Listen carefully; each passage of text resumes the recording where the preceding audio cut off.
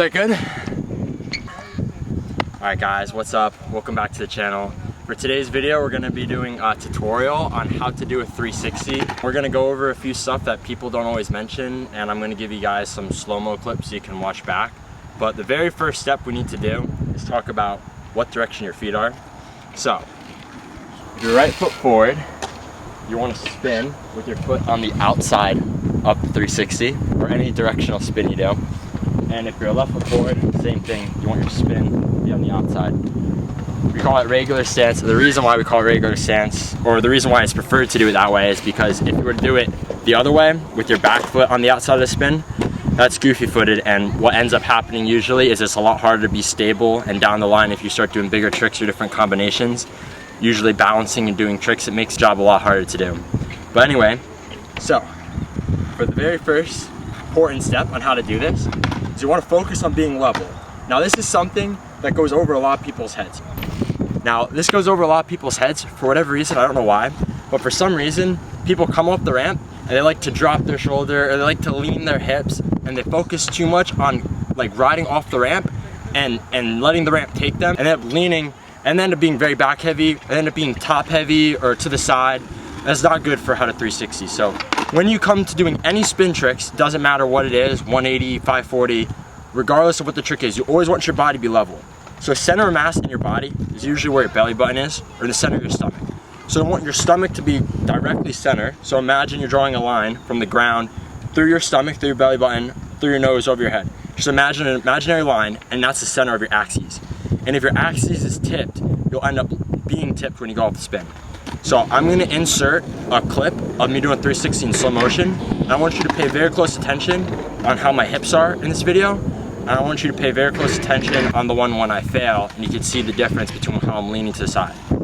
Now, the next thing that people struggle with, the next thing that you guys want to remember is if you're struggling when it comes to spinning, is you want to focus on your shoulders.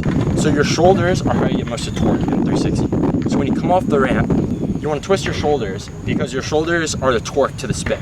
So when you come off the ramp, turn them and follow through with your head. So turn your shoulders, and remember to keep your stomach aligned, vertical, and turn your shoulders, and you want to follow through with your head. And the more you turn your shoulders, the more your body will spin. Now another very crucial, important step is you guys want to make sure you're looking where you're going. So you don't want to have your eyes all the way up here. You don't have your eyes like facing you or whatever. You just want to have your head turned exactly around, and wherever your eyes are looking, your body will naturally follow. Because think about this, right? So if I'm facing this way, my camera's to the side of me. If I look this way, naturally, if my body's floating in the air, naturally my body's going to gravitate this way. But if I'm looking this way, and my body's facing this way, I'm not really going to spin here if that's where I want to go. So if I want to go here, where the camera is, you want to look with your eyes, and your body will naturally spin. So that's something very important. A lot of people will overlook that. So the next thing as well is you want to focus on your hips as well. Now your hips and your shoulders, you want to do in sync. You don't only want to twist your shoulders, that's the majority of the torque, but you also want to twist your hips as well. So again, this is something that people always forget to do as well, is they'll just turn with their shoulders, or they'll turn with their head, but they'll leave their hips this way. So their head will be this way, and their body will be like this, and they'll be like this. Let's say they want to spin that way. Let's say they want to spin behind me, and you're looking like this, but your hips are facing this way, you're not going to go. But if you turn your hips and your head and your shoulders all at once, you'll naturally spin around. Make sense? Hopefully it's starting to all come together.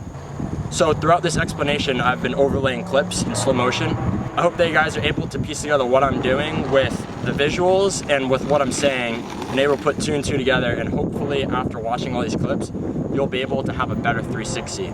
Now I know this tutorial is on the shorter side, but I hope it was helpful. Instead of making a very long 10-minute dragged out video, I'd rather give you guys a short 3-4 minute long video. Hopefully it was able to help you. If you guys have any questions or something that I left out, feel free to leave them down below in the comments. I'll try to answer all the questions. And as well, if you have any videos of you doing 360s, make sure to tag them below. My Instagram will be in the description or on the screen right here. So yeah, good luck doing 360s, and I'll catch you guys in the next video. Alright, now let's get some 360 shots. That was